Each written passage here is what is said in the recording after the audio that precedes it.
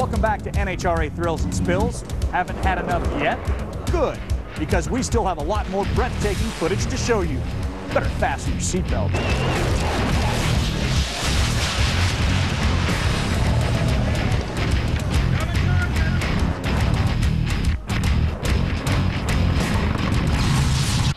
Over the past few years, funny car driver Del Worsham seems to have had more than his fair share of scary moments behind the wheel.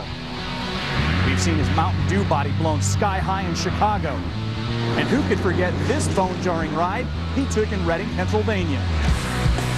But at the last race of 2006, Worsham reluctantly once again made our highlight reel. It was a very, very, very long ride. From the time the blower popped to where I finally came to a stop out there, you know, at the end of the sand trap there, it just seemed like it was forever, especially when the car started flipping. That was just the longest, you know, however long it was, 1.5 seconds or 2 seconds, wherever it took.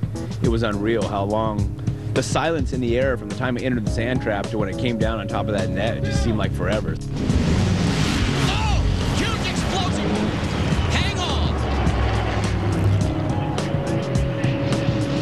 Can't stop! He's in too! And oh my, the car is up and over! The tin work and dash work of the car had gone up in front of the windshield. I couldn't see where I was going at that point. I had zero vision and no parachute. So I'm on the brakes and the car's just hopping along, and I felt it hit the guardrail the first time in the wall, which was actually kind of nice because it did scrub some speed off it, and you can feel scrubbing speed off.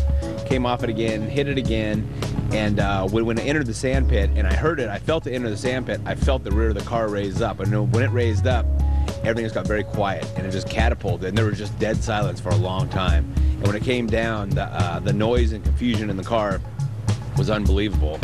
Then it got quiet again. It must have been the second time it was flipping over, you know, and when it came down the second time, again, it was just out of chaos in the car. I was just like, what is going on here? And finally, shortly after that, it came to a stop, and at first I thought maybe I was upside down because all the sand was in my helmet from hitting, but I was actually right side up, and I kind of looked around and looked down and felt my legs and saw I was at least what I thought was okay at the time, and unbuckled myself, jumped out, and just started looking for an ambulance.